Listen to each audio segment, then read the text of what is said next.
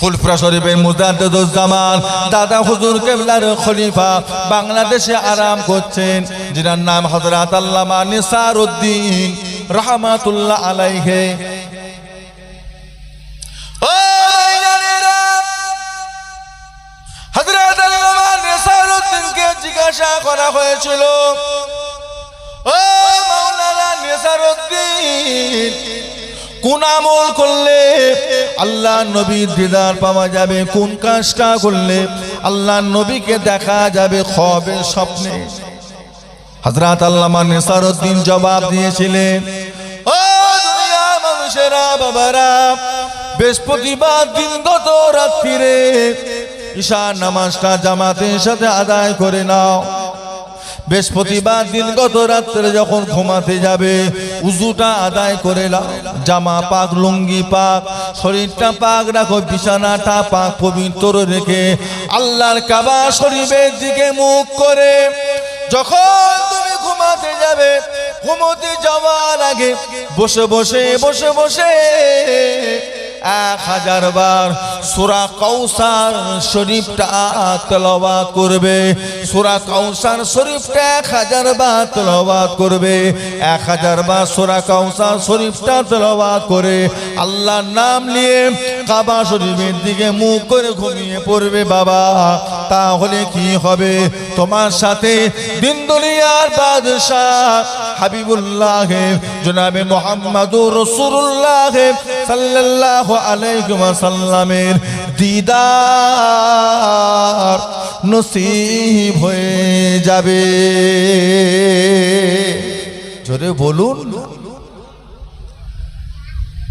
কোরআন পাকে দুটো সূরা, একটা আল্লাহ নিজের জন্য নাজিল করেছে, একটা আল্লাহ আমার নবীর জন্য নাজিল করেছে। একটা সূরায় আল্লাহ নিজের প্রশংসা করেছে, আর একটা সূরায় আল্লাহ আমার নবীর প্রশংসা করেছে। একটা হলো সূরা ইখলাস, কুল হুয়াল্লাহু। এতে এই সূরাতে আল্লাহ কার প্রশংসা করেছে? এটা কথা বলেন। আল্লাহর প্রশংসা করেছে। আর ইন্না আতাইনা কাল কাউসার, এই সূরাতে আল্লাহ কার প্রশংসা করেছে? কার প্রশংসা? আমার নবীর প্রশংসা। এই সূরাতেই আল্লাহ বলেছে, আমি আল্লাহ আপনাকে কিয়ামতের দিন হাউজে কাউসার দান করে দেব। জোরে বললেন না? একটু মহব্বতে বললেন না? 1000 বার, 1000 বার। কতক্ষণ লাগবে? সারা রাত। সারা রাত কতক্ষণ লাগবে? 1 ঘন্টা। 1000 বার সূরা কাউসার পড়তে। এর থেকে ছোট সূরা আর আছে? একটু হাহু দেন না। এটা সবার মুখস্থ আছে না? তাহলে 1000 বার মন তৈরি করে নবীর প্রতি সেই ভালোবাসাটা নিয়ে আসে, তাছাড়া পারবেন না। এরকম ওয়াজ জীবনে কত শুনেছেন, আমলে পরিণত করতে পারেননি। তার কারণ এখনো সেই মনটা তৈরি করতে আপনি পারেন না। আল্লাহ পাক আজ আমাদের জন্য তওবার দরজাটা আল্লাহ পাক খোলা রেখে দিয়েছেন। জোরে বলুন। একটু জোরে বললেন। ও ভাইজানেরা, আল্লাহ রাসূল বলেন, বাবারা, ফজরের নামাজ জামাতের সাথে আদায় করে নাও। ফজরের নামাজ আদায় করার পরে মসজিদের একটা কোণে বসে যাও। মসজিদের একটা কোণে বসে বসে 33 বার সুবহানাল্লাহ, 33 বার সুবহানাল্লাহ, 33 বার আলহামদুলিল্লাহ, আলহামদুলিল্লাহ, আলহামদুলিল্লাহ, 33 বার আল্লাহু আকবার, আল্লাহু আকবার, আল্লাহু আকবার পড়ো। 99 বার হয়ে গেল। আর একবার তোমরা পড়ে নেবে, লা ইলাহা ইল্লাল্লাহু ওয়াহদাহু লা শারীকা লাহু লাহুল মুলকু ওয়া লাহুল হামদু ওয়া হুয়া আলা কুল্লি শাইইন কাদির। এই কথাটা আর একবার পড়ে নেবে। 100 পরিপূর্ণ যদি করতে পারো, তোমার জীবনে সমস্ত সাগীরা গুনাহগুলিকে আমার আল্লাহ পাক এমনি মাফ করে দেবে। জোরে বললেন না? 33 বার ওয়াজ শুনলে হবে না, মনে রাখবেন। 33 বার আলহামদুলিল্লাহ, 33 বার আল্লাহু আকবার। এটা পড়তে কতক্ষণ লাগবে? 1 ঘন্টা, তাহলে 1.5 ঘন্টা। কতক্ষণ লাগবে? 10 মিনিট, 3 মিনিট ধরে ধরে পড়লে 3 মিনিট, 3.5 মিনিট ধরে ধরে। এতটুকু সময় দেওয়া যাবে? একটু হাঁকু দেন না। ও বাবাজি, সাগিরা গুনাহ সব আল্লাহ মাফ করে দেবেন, জোরে বললেন না? আবার সারাদিন যে টুকটাক গুনাহ কিছু হলো, আবার ফজরের নামাজ পড়ে আবার করলেন, কাবিরা গুনাহ নয়, বড় বড় গুনাহ নয়, ছোট ছোট গুনাহ, আবার এই তেলাওয়াতের উসিলায় আল্লাহ মাফ করে দেবেন, জোরে বললেন না? ও ভাইয়েরা, মুসলমানের কাছে কোরআন শরীফের পরে যে কিতাবটা সম্মান সবচাইতে বেশি, কিতাবটার নাম হলো বুখারী শরীফ। ওই বুখারী শরীফে সর্বশেষে একটা হযরত ইসমাঈল বুখারী রাহমাতুল্লাহ আলাইহি একটা হাদিস এনেছে, যে হাদিসটা হলো কালিমাতানে খাফিফাতানে আলান নিসান সাকিলাতানে ফিল মিজান হাবিবাতানে ইলার রহমান সুবহানাল্লাহি ওয়া বিহামদিহি সুবহানাল্লাহিল আযীম। আল্লাহ রাসূল বলেছিলেন, ওয়া মা সাহাবা কিরামেরা, বাবারা, কালিমাতানে, আমি রাসূলুল্লাহ তোমাদের কাছে দুটো কালাম বলে গেলাম, দুটো কথা বলে গেলাম। খাফিফাতানে, যে কালাম দুটো তোমার জবানে পড়া বড় হালকা হয়ে যাবে, পড়তে বড় হালকা লাগবে। সাকিলাতানে ফিল মিজান, এই কলেমা দুটো কিয়ামতের ময়দানে মিজানের পাল্লায় আমার আল্লাহ পাক বড় ভারী করে দেবেন, জোরে বলুন, জোরে বলুন। বড় ভারী হয়ে যাবে ওই কলেমা দুটো, হাবিবাতানে ইলার রহমান, রহমানের কাছে বড় প্রিয় হয়ে যাবে। ওই কলেমা দুটো হলো, বাবা মনে রেখে দিও, ওই কলেমা দুটো হলো সুবহানাল্লাহি ওয়া বিহামদিহি, আর একটা হলো সুবহানাল্লাহিল আযীম। মনে থাকবে? ও বাবাজি, মনে থাকবে? আল্লাহ রাসূল বলেন, সুবহানাল্লাহি ওয়া বিহামদিহি সুবহানাল্লাহিল আযীম।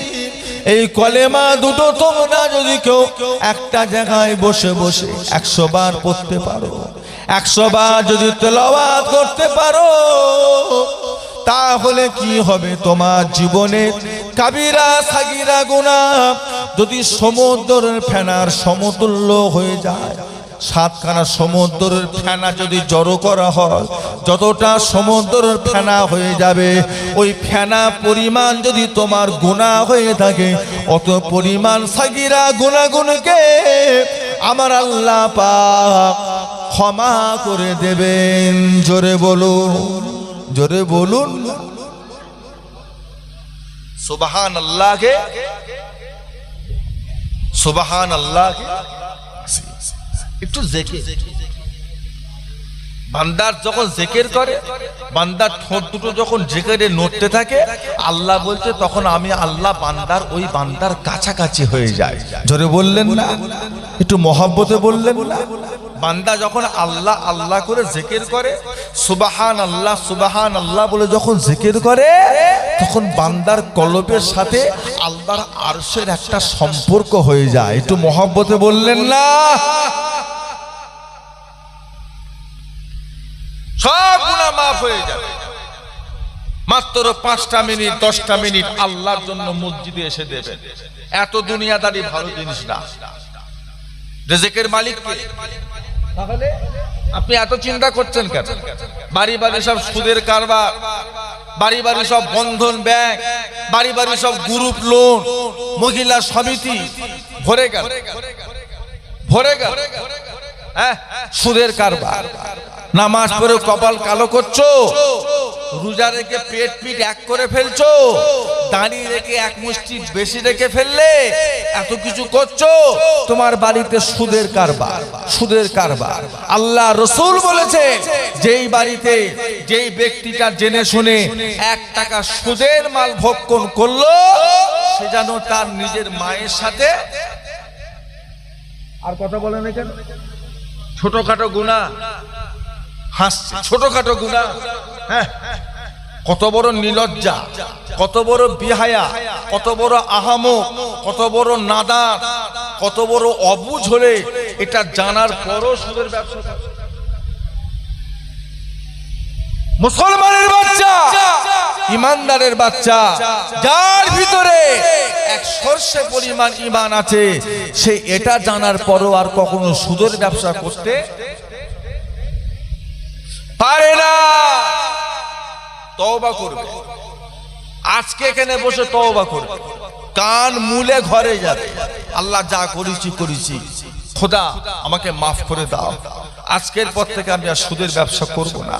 কিয়ামতের দিনে সব রকম গুনাহ নিয়ে দাঁড়াতে পারবো, তবে আল্লাহ নিজের মায়ের সাথে জেনা করার গুনাহ নিয়ে কিয়ামতে আমি লজ্জিত হতে পারবো না। আল্লাহ তুমি আমায় মাফ করে দাও, তওবাতুল্লাহ করছি, আজ থেকে আর সুদের ব্যবসা করব না। যদি আমরা তওবাতুল্লাহ করি, আল্লাহ মাফ করবেন না করবেন না? তাতে আমরা এসে বসেছি, মাসটা আল্লাহ পাকের কাছে বড় পছন্দনীয় মাস।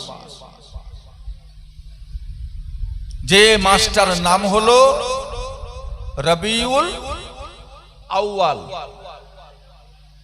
এমন একটা মাস আজকে আমরা এসে বসেছি, যে মাসে দিন দুনিয়ার বাদশাহ হাবিবুল্লাহ জনাবে মুহাম্মদুর রাসূলুল্লাহ, সকলে বলুন সাল্লাল্লাহু আলাইহি ওয়াসাল্লামকে আল্লাহ দুনিয়ার জমিনে পাঠিয়েছিলেন।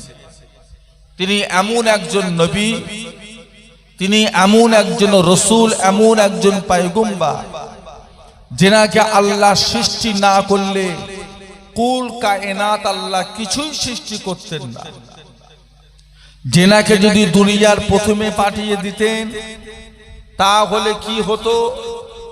1,23,999 জন, ইখতিলাফ 2,23,999 জন নবী রসুল পয়গম্বর নবুয়াত থেকে তিনারা মাহরুম হয়ে যেতেন।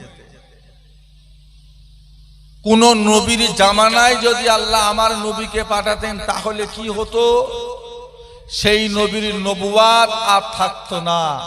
সেই নবীরও ওপরে আল্লাহ ফরজ করে দিতেন আখরি জামানার নবীর ইক্তেদা করাটা। আল্লাহ সেই নবীর জন্য আল্লাহ ফরজ করে দিতেন। জোরে বলুন সুবহানাল্লাহ। সেই নবীর উম্মত আল্লাহ আপনাকে আমাকে করেছেন। হযরত ইমামে আজম আবু হানিফা রাহমাতুল্লাহ আলাইহি বলতেন, যে ব্যক্তিটা আখরি জামানার নবী হলো, অথচ খুশিতে আলহামদুলিল্লাহ বলল না, সে জীবনও কোনোদিন আল্লাহ জান্নাতে প্রবেশ করতে পারবে না। আমরা যে আখরি জামানার নবী, তার জন্য আমরা খুশি না বেজা? বলুন আলহামদুলিল্লাহ। এমন একজন নবীর উম্মত করে আল্লাহ পাঠিয়েছেন। শুধু নবীর শান শওকত বেশি তা নয়, এমন একজন নবীর উম্মত করে আল্লাহ দুনিয়ার বুকে পাঠিয়েছেন। আল্লাহ পাক আমার নবীকে জানিয়েছিলেন, লা তাদখুলা জান্নাতা হাত্তা ইয়াদখুলু হাবিবি ও উম্মাতুহু। আয় আমার হাবিবে পিয়ারা জনাবে মুহাম্মদুর রাসূলুল্লাহ সাল্লাল্লাহু আলাইহি ওয়াসাল্লাম, আমি আল্লাহ পাক কিয়ামতের ময়দানে কাউকে জান্নাতে প্রবেশ করতে দেব না। সকল নবী এবং সকল নবীর উম্মাত উম্মাতির জন্য আমি আল্লাহ জান্নাতটাকে হারাম করে রেখে দেব। সর্বপ্রথম প্রবেশ করবেন আপনি এবং আপনার উম্মাত উম্মাতিরা। বলুন না আলহামদুলিল্লাহ। একটু মহব্বতে বললেন না? যে দুনিয়ায় এসেছি সমস্ত নবীর উম্মতদের শেষে, আল্লাহ জান্নাতে প্রবেশ করব সমস্ত নবী এবং সমস্ত নবীর উম্মতদের আগে। জোরে বলুন না সুবহানাল্লাহ। সেই নবীর উম্মত করে পাঠিয়েছে। আমরা খুশি না বেজা? সেই নবীর শানে দুনিয়ায় বিয়াদবি হবে, কেউ ছোট বড় কথা বলবে, সেই নবীর শানে অপমানজনক কথাবার্তা বলবে, আর মুসলমানের ছেলে শুনে চুপচাপ চলে আসবে। এটা মানা যাবে? এটা মানা যাবে না। বাপের নামে অপবাদ দেয় সহ্য হবে, মায়ের নামে অপবাদ দেবে সহ্য হবে, নিজের নামে অপবাদ দেবে সহ্য হবে। তবে নবীর শানে বেয়াদবি কেউ করবে আর নবীর উম্মত চুপচাপ চলে আসবে তো কাপুরুষ। আল্লাহ রসুলের জামানায় কুফফারে কুরাইশরা তারাও আমার নবীকে ছোট বড় কথা বলতো। সাহাবা হুজুরদের সংখ্যা ছিল কম, তারা প্রতিবাদ করতে ভয় খেত, সংখ্যাই কম। এত ছোট বড় ভাষা, কাফের বড় বড় কবিরা, কাফের বড় বড় কবিরা আমার নবীর শানে কবিতা বানাতো আমার নবীকে অপমান করার জন্য। মোহাম্মদ আটখুরো, মোহাম্মদের ছেলে হয় মারা যায়, মেয়ে হয় মারা যায়, মোহাম্মদ মরার পরে তার আর বংশধর রাখার মতো কেউ থাকবে না। এইভাবে আমার নবীকে তারা অপমান করত। আল্লাহ নবীর একজনা মুহাব্বতের সাহাবা ছিলেন, যার নাম হলো হাসান, যার নাম হলো হযরতে হাসান বিন সাবিত রাদিয়াল্লাহু তাআলা আনহু। তিনি একদিন আল্লাহ রাসূলের কাছে এলেন, কাছাকাছি এসে মুখটা ছোট করে মনটা খারাপ করে, ইয়া রাসূলুল্লাহ হাবিবাল্লাহ, মক্কার বাজারে যায় আর মক্কার কাফেরেরা আপনাকে ছোট বড় ভাষা বলে, আমাদেরকে শুনতে হয়, আমাদের বড় খারাপ লাগে। আপনি যদি একটু বলতেন, আমাকে যদি একটু অনুমতি দিতেন, আমি তাদের একটু প্রতিবাদ করতাম। আল্লাহ রসুল বললেন, হাসান, যারা আমার প্রতিবাদ করে তারা আমার সম্পর্কে সব আত্মীয় হয়। আমি মক্কার মানুষ, তারাও মক্কার মানুষ। কেউ আমার চাচা হয়, কেউ আমার চাচাতো ভাই হয়, কেউ আমার সম্পর্কে চাচতো চাচা হয়, পাড়া প্রতিবেশী হয়। আমি রাসূলুল্লাহকে আল্লাহ কুরাইশ খানদানে পাঠিয়েছেন, আর যারা আমার হয়ে প্রতিবাদ করছে, ছোট বড় ভাষা বলে, গালিগালাজ করে, তারাও হলো কুরাইশ খানদান। তুমি যদি তাদের বিরুদ্ধে প্রতিবাদ করো, তাদের বংশ তুলে কথা বলো, তাহলে আমাকেও লাগবে। তারাও কুরাইশ, আমিও কুরাইশ, আমাকে লাগবে। তুমি কেমন করে প্রতিবাদ করবে, আর আমি নবী তোমাকে প্রতিবাদ করার অনুমতি দিই কি করে? হযরতে হাসান বিন সাবিত ওই সময় বললেন, হুজুর আপনি ওটা নিয়ে চিন্তা করবেন না, হুজুর আপনি ওটা নিয়ে চিন্তা করবেন না। বাড়ির মায়েরা বোনেরা যখন খামির করে, জবের আটার খামির করে, গমের আটার রুটি বানানোর জন্য খামির করে, ময়দাতে পানি দিয়ে, গরম পানি দিয়ে যখন খামির তৈরি করে, ওই খামির বানাতে বানাতে যদি কোনো মেয়ে দেখতে পায়, ওই খামিরের ভিতরে একটা মাথার চুল পড়ে আছে, ওই লম্বা চুলটাকে যদি খামির থেকে টেনে তোলে, শুধু চুলটা উঠে আসবে না তার সাথে খামিরও উঠে আসবে? খামির উঠে আসবে, চুলের সাথে খামির উঠে আসবে। খামির মানে বুঝতে পারেন, শুধু চুল উঠে আসবে না খামির সমেত উঠে আসবে? বলেন না, আমার কথা বুঝতে কোনো সমস্যা হচ্ছে আপনার? শুধু চুল উঠে আসবে, খামির উঠে আসে না, কত ভারী জিনিস চুলের সাথে উঠে আসে। আল্লাহ রসুলকে বললেন, হুজুর যেমন খামিরের ভেতর থেকে চুল টেনে বার করে নেয়, চুলের সাথে খামির আসে না, আমি রাসূলুল্লাহ কুরাইশদের বিরুদ্ধে কবিতা লিখে ওদেরকে ঝাড়বো, আর আপনাকে ঠিক ওদের ভেতর থেকে চুলের মতো বার করে নিয়ে চলে আসব। আপনার গায়েও কোনো প্রতিবাদ লাগবে না। একটু মহব্বতে বলবেন না, একটু মহব্বতে বলবেন। আল্লাহর নবী খুশি হয়ে গেল। এত সুন্দর উদাহরণ দেখে আল্লাহ রসুল খুশি হয়ে গেল। নবী দোয়া চাইলেন, আল্লাহ আমার হাসানের হায়াতকে বাড়িয়ে দেন। আমার হাসান যদি মারা যায় প্রতিবাদ করবে কে? আমার হাসানের হায়াতকে বাড়িয়ে দেন। আল্লাহ হাসান হলো আজ থেকে আমার কবি, তাই তেনাকে বলা হয় সাইয়েদ রসুল, রসুলের কবি বলা হয়। হাসান বিন সাবিত হলেন রসুলের কবি সাহাবা। আল্লাহ পাক হায়াত বাড়িয়েছিলেন, আর নবী দোয়া চাইলেন, আল্লাহ আমার হাসান তাকে আপনি কবুল করে নেন। আমি রাসূলুল্লাহকে যেমন জিবরাইল সাহায্য করে যায়, আমার হাসানকেও যেন জিবরাইল এসে সাহায্য করে যায়। জোরে বলুন সুবহানাল্লাহ। নবী একটা মেম্বার তৈরি করলেন, একটা উঁচু করে মেম্বার তৈরি করলেন। সেই মেম্বারের ওপরে হযরতে হাসান বিন সাবেতকে তুলে দিয়ে বলতেন, তুমি কবিতা বলো, আমরা সবাই শুনবো। হাসান বিন সাবেত সেখানে শায়েরে রসুলের কবি ওই মেম্বারের ওপরে উঠে পড়তেন, মেম্বারের ওপরে উঠে কবিতা বলতেন, আর সমস্ত সাহাবারা বসে বসে তেনার জবানের কবিতা শুনতেন। আল্লাহ পাক তেনার হায়াত দিয়েছিলেন 120 বছর। জোরে বললেন না, একটু মহব্বতে বললেন। হ্যাঁ, প্রতিবাদ করতে হবে। যেমন তেমন নবী নাই, যে নবী সারা জীবন উম্মত করে গেল, যে নবী আজও কবরে উম্মাত দেওয়ানা, যে নবী কিয়ামতের ময়দানে মাহশারে ছেলে পুলে বিবি বাচ্চা কারোর কথা স্মরণ না থাকলো উম্মাত করে নবী দেওয়ানা হয়ে থাকবে, সেই নবীর সামনে ছোট বড় কথা বলবে কাফেরেরা, আমরা সহ্য করব? এটা মানা যাবে না, জান থাকতে এটা মানা যাবে না। যেমন তেমন নবী, যে নবীর মহাব্বতে একবার যদি আমরা সেই রসুলের দিদার যদি পেয়ে যাই, 7 জাহান্নাম শরীরে ছোঁয়া আল্লাহ হারাম করে দেবেন। জোরে বললেন না, একটু মহাব্বতে বলুন না।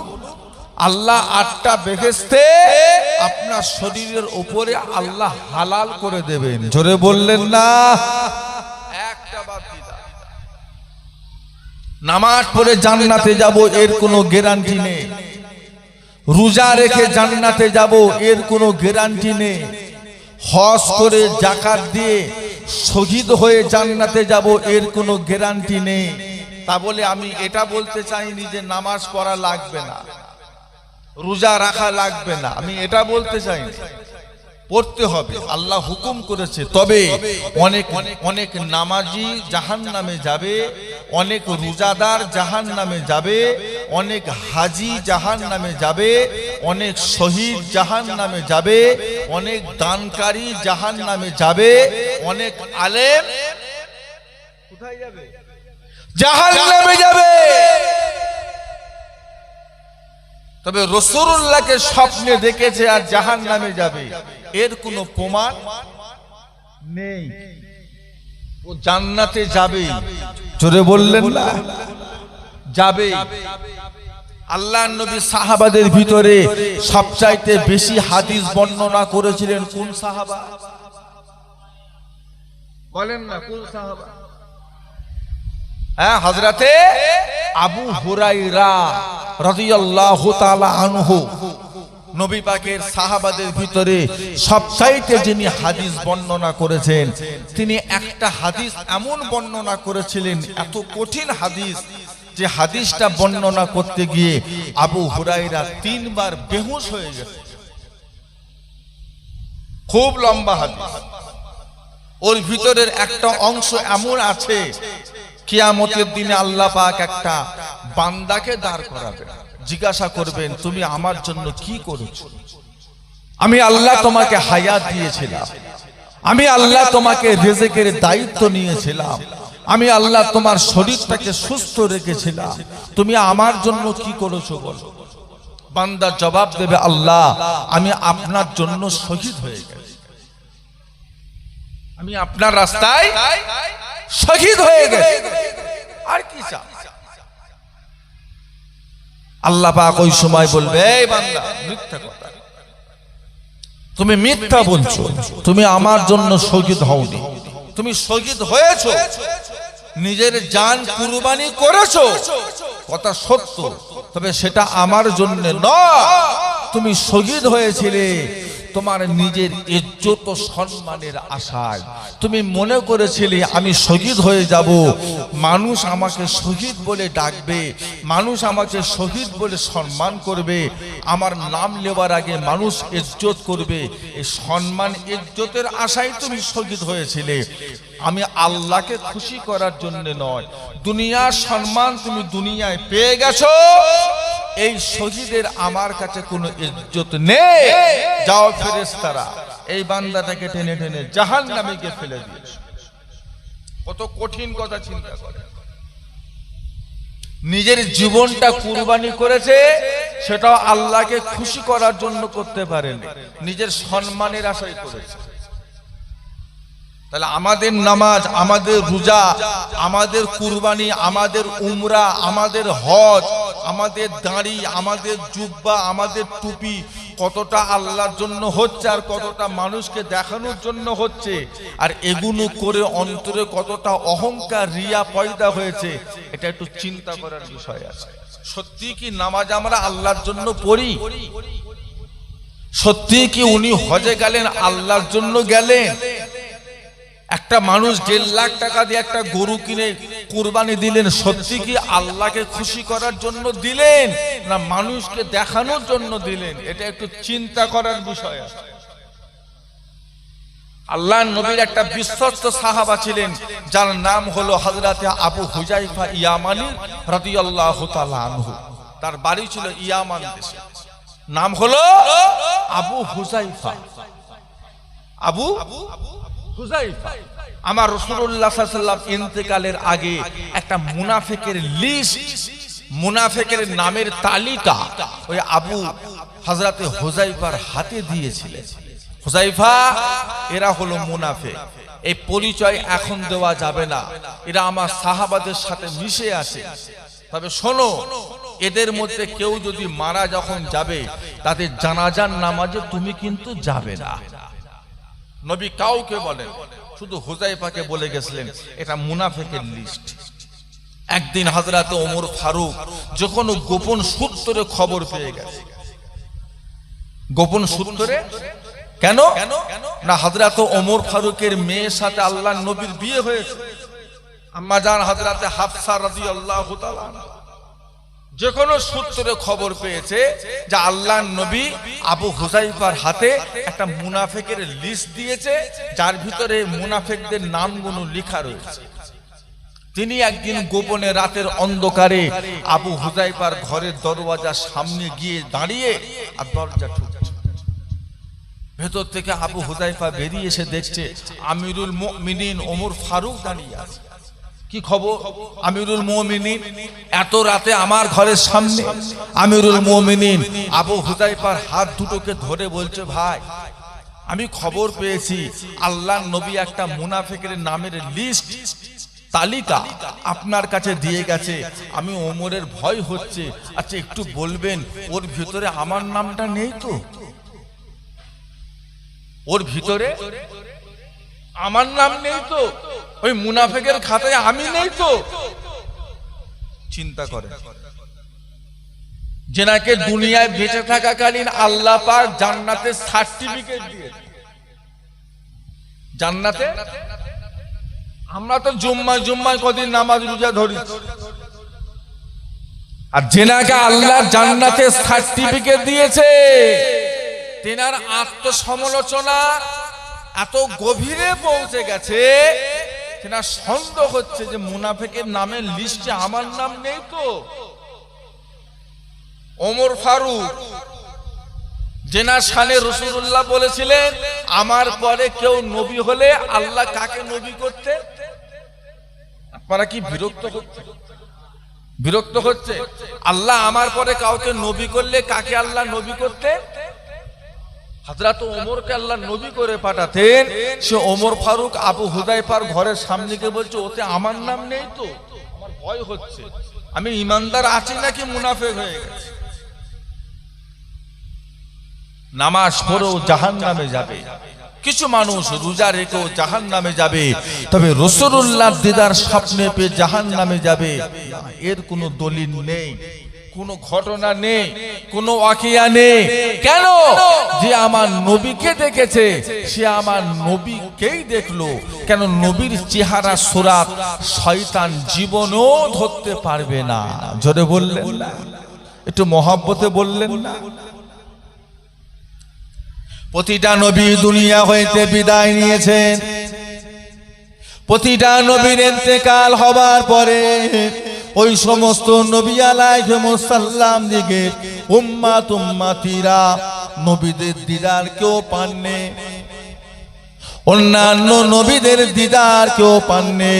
আমার আপনার নবী ইন্তেকাল করেছেন, দুনিয়া হইতে বিদায় নিয়েছেন, তবে কিয়ামত পর্যন্ত আল্লাহ পাক আমার নবীর দিদারের দরওয়াজা উম্মাতিদের জন্য খোলা রেখে দিয়েছেন। জোরে বলুন, জোরে বলুন।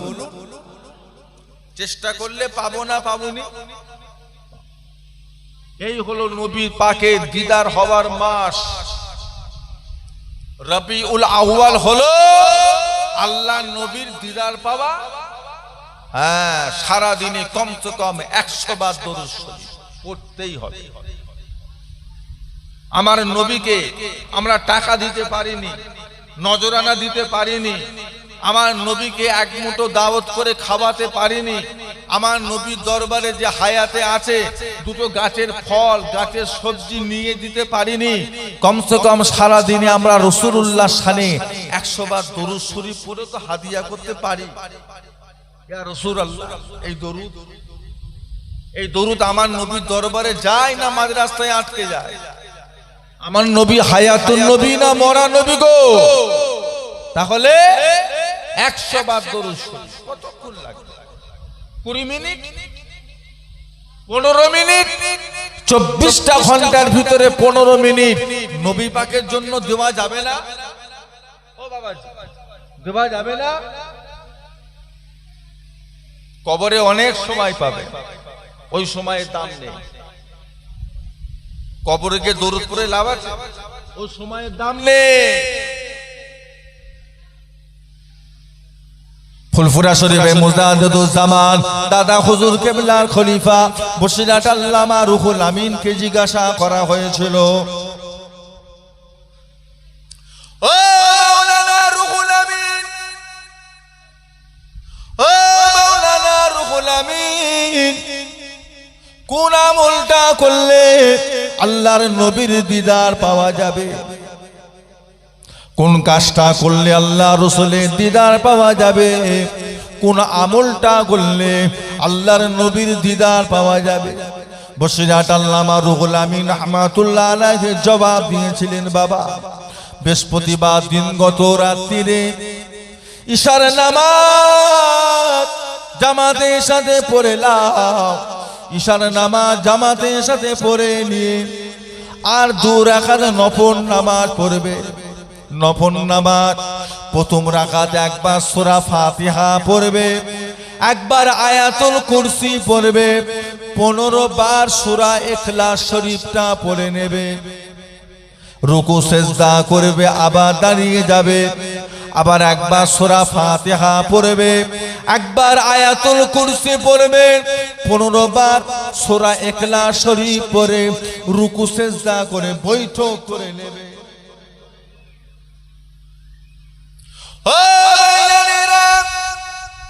দুয়া দরুদ পড়ে সালাম ফিরিয়ে দুটো হাত তুলে আল্লাহ পাকের দরবারে দোয়া চাইতে লাগবেন, ও রব্বুল আলামিন, আল্লাহ পাক আপনার হাবিবের দিদারের জন্য 2 রাকাত নামাজ পড়েছি, 2 রাকাত নামাজ পড়ে দোয়া চাইছি, আল্লাহ আমার সঙ্গে আমার নবীর দিদার নসিব করিয়ে দেন, আমার সঙ্গে দিন দুনিয়ার বাদশা দিদার নসিব করিয়ে দেন।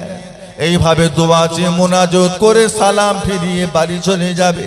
বাড়িতে গিয়ে উযু হালতে আল্লাহর কাবা শরীফের দিকে মুখ করে উযু হালতে ঘুমিয়ে পড়বে। বাবা, তোমার নামাজ যদি আল্লাহ দরবারে কবুল হয়ে যায়, তোমার নামাজ যদি আল্লাহ দরবারে পছন্দ হয়ে যায়, তোমার সঙ্গে সেই রাত্রিরে দিন দুনিয়ার বাদশা হাবিবুল্লাহ সঙ্গে তোমার দিদার নসিব হয়ে যাবে।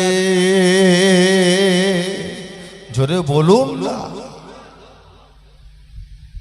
1 সপ্তাহ করে নবী দেখার ইচ্ছা আছে? কথা বলে কে কে নবী দেখতে চান? হাত তোলেন তো। মাশাআল্লাহ, একটু তাকবীর দেন তো, নারে তাকবীর। তো জোরে সোরে দেন না, নারে তাকবীর। নবী দেখার ইচ্ছা আছে, এক সপ্তাহ পরে। কোন রাতে? জুমার। বৃহস্পতিবার দিনগত রাত মানে কি রাত? জুম্মার। সপ্তাহের ভিতরে সবচেয়ে দামি রাত কোনটা? জুম্মার। যে ব্যক্তি মুসলমানের ছেলে ঈমান নিয়ে জুমার দিনে ইন্তেকাল করলো, সে বিনা হিসাবে আল্লাহর জান্নাতে চলে গেল। জোরে বললেন না? একটাবার চেষ্টা করে, জীবনে তো বহুত কিছু চেষ্টা করলে, 1 কোটি পাওয়ার আশায় কত লটারির টিকিট কেটেছে, এখনো হয়নি, এখনো ওর আশা শেষ হয়, এখনো কাটছে। জীবনে ধান চাষ করেছেন, সবজি চাষ করেছেন, কত আশা করেছেন এবার হয়তো বড় লোক হয়ে যাব, এইবার হয়তো আর চাষি থাকবো না, বড় লোক হয়ে যাব, এই করে কত কি করলে, আশা পূরণ হলো না। জীবনে একটা বার চেষ্টা করেন রাসূলুল্লাহ দিদার। হ্যাঁ, যে নবীকে দেখার জন্য অন্যান্য নবীরাও দেওয়ানা হয়ে থাকতেন। জোরে বললেন না? যে নবীকে দেখার জন্য আল্লাহ রাসূল যখন মেরাজে গেছিলেন, আল্লাহর কাবা শরীফের পাশে উযু করলেন, বোরাকটা বাঁধা, কাবার পাশে জান্নাতি পশু বাঁধা, বোরাক বাঁধা। রাসূলুল্লাহ উযু করলেন, উযু করে বোরাকে চেপে সর্বপ্রথম কোথায় গেছিলেন? সর্বপ্রথম কোথায় গেছিলেন? বাইতুল মুকাদ্দাস। বাইতুল মুকাদ্দাস। সেখানে গেলে, সেখানে গিয়ে দেখছে আল্লাহ সমস্ত নবীগুলোকে হাজির করেছে। আর কি আল্লাহ পাক হুকুম করলেন, হাবিব আপনি 2 রাকাতের নামাজ পড়ান। নবী আমার 2 রাকাত নামাজের ইমামতি করেছিলেন, আর সমস্ত নবীরা আমার নবীর পিছনে ইক্তেদা করে নামাজ আদায় করেছিলেন। জোরে বলুন সুবহানাল্লাহ। কি কপাল! নবীরা সশরীরে এসেছিল না শুধু নবীদের রূহ এসেছিল? কথা বলে। সশরীরে আসে না? নামাজ পড়তে গেলে 2টো হাত লাগে না লাগে না?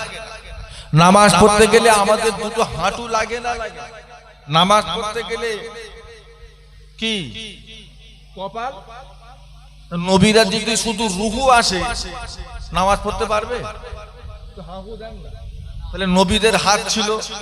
নবীরা যখন বাইতুল মুকাদ্দাসে ছিলেন, প্রত্যেকটা নবীর পা ছিল, প্রত্যেকটা নবীর কপাল ছিল। তার মানে হলো প্রতিটা নবীকে আল্লাহ সশরীরে হাজির করেছিলেন। জোরে বললেন না? আবার নবী আমার যখন শবে মেরাজে গিয়ে আরশে আজিম থেকে আল্লাহর সঙ্গে দেখা করে যখন রাসূলুল্লাহ নিচে নেমে আসছেন, সেখানেও গিয়ে দেখছে নবী মুসা আলাইহিস সালাম সেখানেও দাঁড়িয়ে আছেন। জোরে বলুন সুবহানাল্লাহ। আগিয়ে এসে জিজ্ঞাসা করলেন, ও আখিরি জামানার নবী, কি পেলেন? আল্লাহর সঙ্গে দিদার হলো, কি পেলে?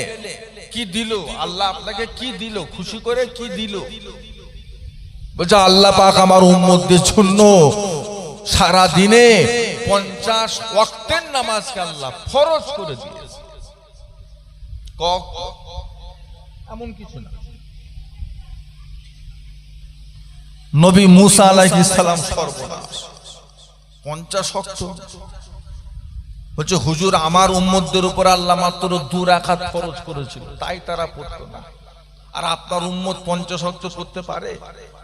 একবার যান আল্লাহকে গিয়ে বলেন নামাজটা যেন একটু। নবী গেল, আল্লাহর সঙ্গে কথা বললে, আল্লাহ আমার উম্মত বড় লাজুক, এত নামাজ পড়বে কি করে? আল্লাহ নামাজটা একটু কমিয়ে দেওয়া যায় না? আল্লাহ বলে হাবিব ঠিক আছে, 5 ওয়াক্ত কমিয়ে দিলাম, যান। আবার পথের মধ্যে নবী মুসা সালাম কত কমিয়েছে? আল্লাহ 5 কমিয়েছে। এ তো হবে না, 45 ওয়াক্ত পারে, 45 ওয়াক্ত পারে, আরেকটু যা, আরেকটু কমিয়ে না। নবী আবার গেলেন, আবার কমালেন, আল্লাহ 5 ওয়াক্ত এলেন।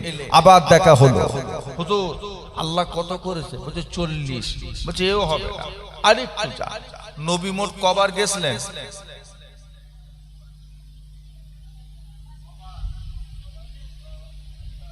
কবার? 5 করে কমতে কমতে কবার গেছে? 9 বার। নবারের মাথায় ফিরে আসছেন নবী মুসা সাল্লামের সঙ্গে দেখা। কত? বলছে 5। বলছে আরেকটু যা। আল্লাহ এক একবারে কত করে কমাচ্ছে। আচ্ছা এইবার যদি নবী যায় আর কিছু থাকবে? তো নবী উম্মতদের জন্য আনবে কি? আল্লাহ রাসূল বলেন as-salatu mi'rajul mu'minin, নামাজ হলো আমার উম্মত উম্মতিদের জন্য আল্লাহ পাকের দিদার। জোরে বলুন, জোরে বলুন না। আর কিছু থাকবে? আচ্ছা একটা প্রশ্ন আপনাদের কাছে করি, আচ্ছা বলেন তো দেখি, আমরা তো আখির জামানার নবীর উম্মত না নবী মুসা আলাইহিস সালামের উম্মত? কার উম্মত আমরা? আচ্ছা আমাদের নামাজ কমুক আর বাড়ুক, আচ্ছা এতে নবী মুসা আলাইহিস সালামের কিছু লাভ লস কিছু আছে? কিছু আছে? তাহলে উনি বারবার পাঠাচ্ছে। আচ্ছা এই যে ঘটনাটা আমি আপনাদের কাছে বলছি, এই ঘটনার মধ্যে কোনো গলদ আছে না সহি ঘটনা? একটু কথা বলেন। এটা নানি দাদির গল্প না কোরআন হাদিসের কথা? আমাদের নামাজ কমুক আর বাড়ুক, নবী মুসা আলাইহিস সালামের লাভ লস কিছু আছে এতে? তো উনি বারবার পাঠাচ্ছে কেন? আরেকটু যা, আরেকটু যা। আমরা 5 ওয়াক্তই পড়ি আর 20 ওয়াক্তই পড়ি আর 25 ওয়াক্তই পড়ি, এতে নবী মুসা আলাইহিস সালামের কি এসে গেছে? মুহাদ্দিস কেরামরা ব্যাখ্যা করেছে, এই হাদিসটার ব্যাখ্যাই করেছে যে উনি বারবার কেন পাঠাচ্ছে। বলছে এতে উম্মতদের জন্য নয়, এটা পাঠাচ্ছে উনি ওনার নিজের ফায়দার জন্য। ওনার আবার কি ফায়দা? না দুনিয়াতে হযরত নবী মুসা আলাইহিস সালাম আল্লাহকে একবার দেখতে চেয়েছিলেন। ও জানেরা, হযরত নবী মুসা আলাইহিস সালাম আল্লাহকে একবার দেখতে চেয়েছিলেন। আল্লাহ আমি আপনার দিদার চাই। আল্লাহ বা বললেন লান তারানি, নবী মুসা তুমি আমায় দেখতে পাবে না। নরম নবী না যেদিন নরম নবী যে একবার মানা করেছে আল্লাহ শুনে যাবে এইরকম নবী?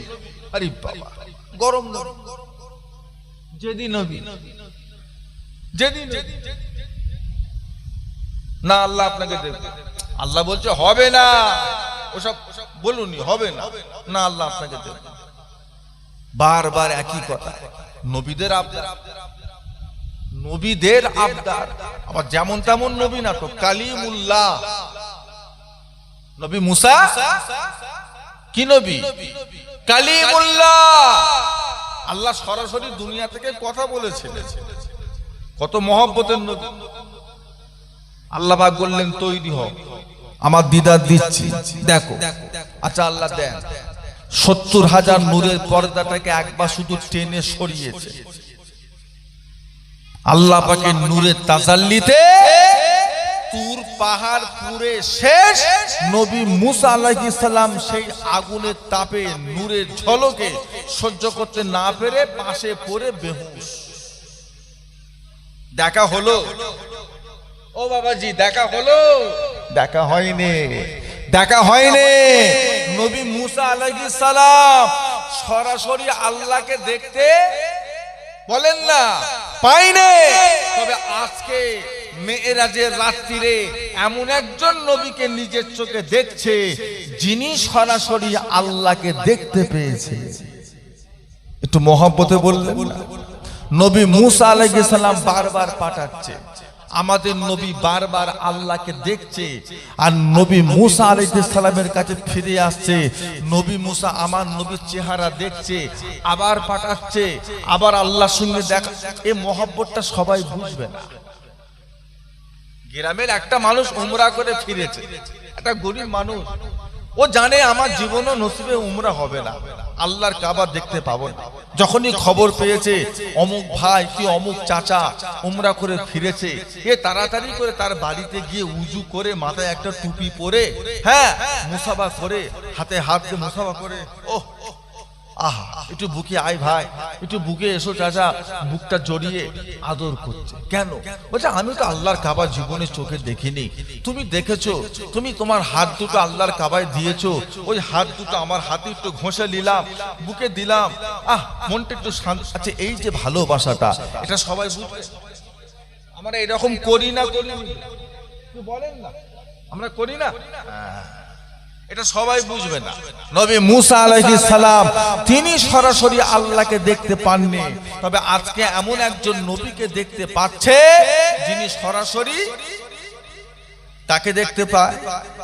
কাকে দেখতে পেয়েছে? হযরত নবী মুসা আলাইহিস সালাম তিনি আল্লাহকে দেখতে পান না, তবে আজকে এমন একজন নবীকে দেখতে পেয়েছেন যিনি সরাসরি আল্লাহ দিদার পেয়েছেন। সেই নবীকে মুসা আলাইহিস সালাম বারবার পাঠাচ্ছেন, বারবার তেনার দিদারটা পেয়ে নিজের মনে সৎ শান্তিটা মিটিয়ে নিচ্ছেন। জোরে বলুন, জোরে বলুন। আমার নবীকে দেখছে, আর আমার নবী সরাসরি কাকে দেখছে? আমার নবী মুসা আমার নবীকে দেখছে, আবার পাঠাচ্ছে, আবার আল্লাহকে দেখছে। এই যে মহব্বত, ভালোবাসা, এই জন্য বারবার পাঠাচ্ছে। ওনার উদ্দেশ্য নামাজ কমানো নয়, ওনার উদ্দেশ্য হলো আমি আখিরি জামানার নবীর চেহারাটা বারবার দেখতে পাবো। জোরে বললেন না? তা যেই নবীকে দেখার জন্য অন্যান্য নবীরা দেওয়ানা, আর আল্লাহ তো সেই নবীর উম্মত আমাদেরকে করে পাঠিয়েছেন। আশা রাখবেন না জীবনে একবার? তাহলে বসিরহাট হুজুরের আমলটা করেন। আয়াতুল কুরসি মুখস্থ আছে? একটু হাহু দেন না। ও বাবা, নেই? না থাকে করে নেব, না থাকে করে নেব। এখন তো হাতে সব বড় বড় ফোন, এখন আর সুইচ ফোন আছে? আছে। গুগলে সার্চ করে বার করে বাংলায় দেখে দেখে মুখস্থ করে মুখস্থ। আয়াতুল কুরসি শুধু এটা রাসূলুল্লাহ দিদার পাওয়ার ব্যাপার নয়। নবী বলেছে যে ব্যক্তি 5 ওয়াক্ত ফরজ নামাজ পড়লো আর 5 ওয়াক্তের ফরজ নামাজের শেষে একবার করে আয়াতুল কুরসি পড়লো, সে যেন দুনিয়া থেকে নিজের স্থান জান্নাতে বানিয়ে নিল। জোরে বললেন না? একটু মহব্বতে বললেন না?